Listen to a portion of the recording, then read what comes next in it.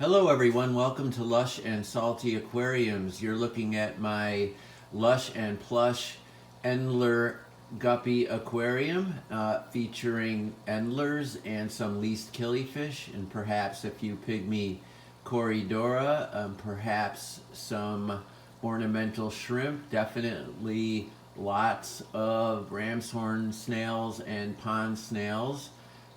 But the primary affect for this tank is the growth of plants not in the aquarium but actually exiting the aquarium, starting with this intense pothos. All of those vines originate in that aquarium, going up over this other tank to the ceiling.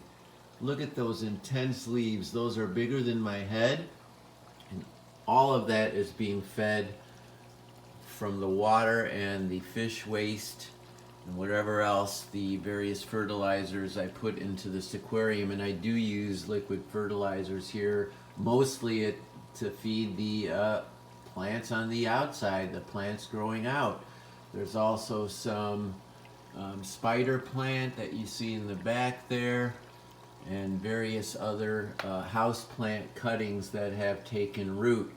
What's really neat, if you can differentiate, is there's a stage here, almost like those stages you go to when you go outside and they do Shakespeare in the park. It's a rotunda, and the intense root growth forms a circular background with the center open, where all the fish congregate, all the players congregate in their colorful costumes, performing for me every day and night.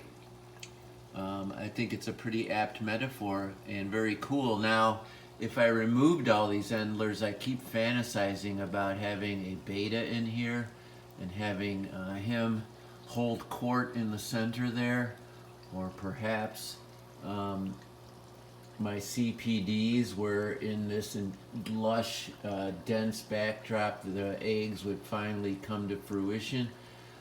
But these endlers are happy, and there's also least killifish. I want to just differentiate that for you. Mostly male endlers. I've called a lot of the females. There's a least killifish right there. That one swimming across, a female. But pretty neat to think about it like a stage. If you want to do a low-tech aquarium like this, it's really easy. You set it up, you start the cuttings from your house plants. I have a sponge filter in the back.